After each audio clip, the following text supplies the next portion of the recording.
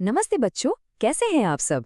चलिए आज हम आपके मैथ्स टेक्स्ट बुक का चैप्टर 6 ट्रायंगल्स यानी त्रिभुज शुरू करने जा रहे हैं।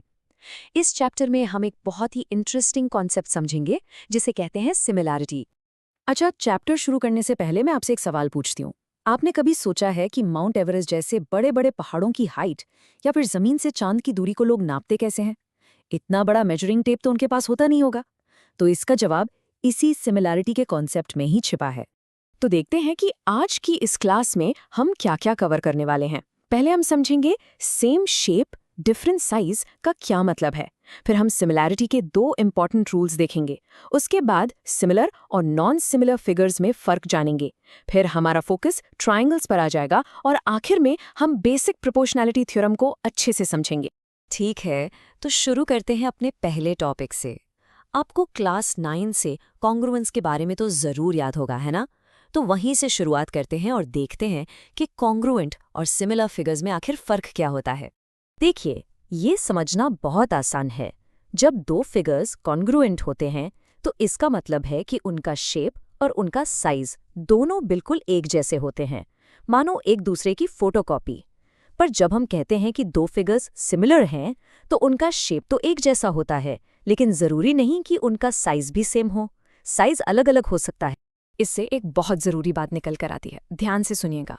जितने भी कॉन्ग्रुएंट फिगर्स हैं वो सब सिमिलर तो होते ही हैं क्योंकि उनका शेप सेम होता है, लेकिन सारे सिमिलर फिगर्स कॉन्ग्रुएंट हों ये ज़रूरी नहीं।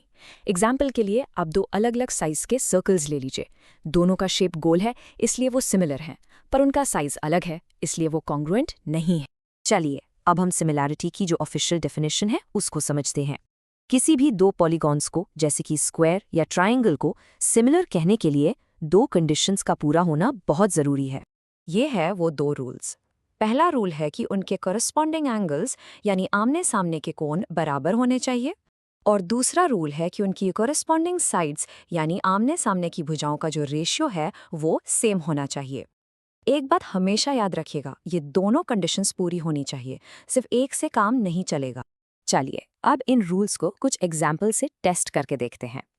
हम ऐसे केसेस देखेंगे जहां एक रूल तो फॉलो हो रहा है पर दूसरा नहीं। इससे आपको बिल्कुल क्लियर हो जाएगा कि दोनों रूल्स इतने ज़रूरी क्यों हैं। तो पहले केस में हम ऐसे दो फिगर्स लेते हैं जिनके एंगल्स तो इक्वल हैं लेकिन उनकी साइड्स का रेशियो सेम नहीं है। इसके लिए सबसे अच्छा एग्जाम्पल है एक स्क्वायर और एक रेक्टेंगल। अब जरा इस स्लाइड पर ध्यान दीजिए। देखिए, स्क्वायर और रेक्टेंगल दोनों के ही सारे एंगल्स 90 डिग्री के होते हैं, तो पहली कंडीशन तो पूरी हो गई, आमने सामने के एंगल्स इक्वल हैं।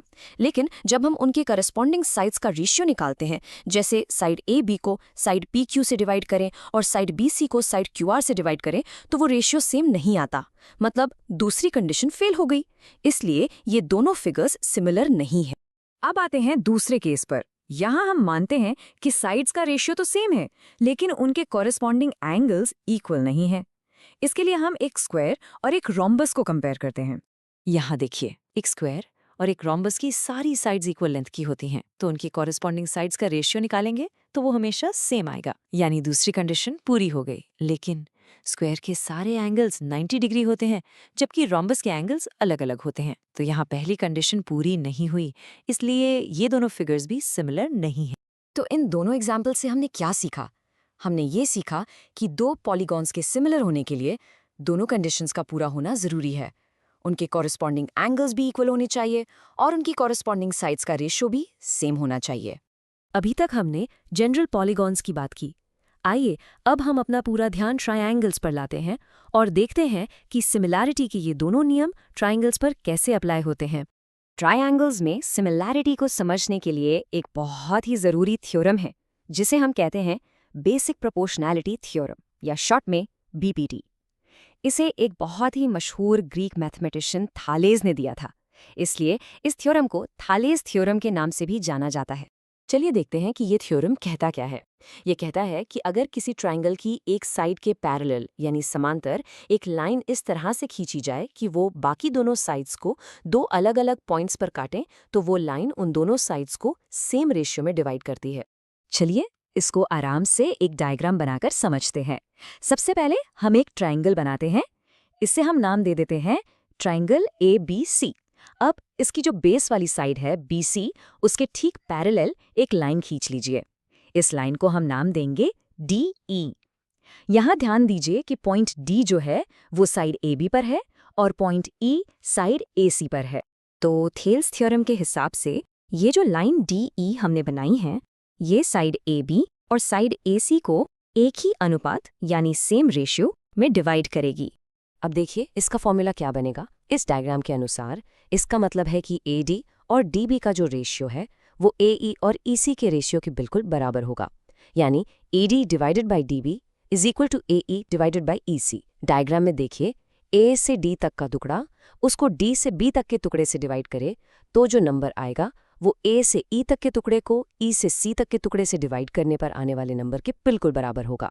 ये देखने में शायद एक सिंपल सा रूल लग रहा हो, लेकिन ये ज्योमेट्री के बहुत सारे मुश्किल से मुश्किल प्रॉब्लम्स को सॉल्व करने के लिए एक बहुत ही पावरफुल टूल है। आप आगे एक्सरसाइजेज में इसका इस्तेमाल देखेंगे। तो आज हमने बेसिक प्रोपोर्शनैलिटी थ्योरम को अच्छे से समझ लिया। अब क्लास खत्म करने से पहले एक सवाल आपके लिए छोड़ के जा रहा हूं। क्या हम इस रूल को उल्टा भी कर सकते हैं? जरा सोचिए, अगर एक लाइन किसी ट्रायंगल की दो साइड्स को सेम रेशियो में डिवाइड कर रही है, तो क्या ये पक्का है कि वो लाइन तीसरी साइड के पैरेलल ही होगी? इसके बारे में जरूर सोचना। ये इस थ्योरम का कॉन्वर्स है, जिसके बारे में हम अगले सेशन में डिटेल में बात करेंगे।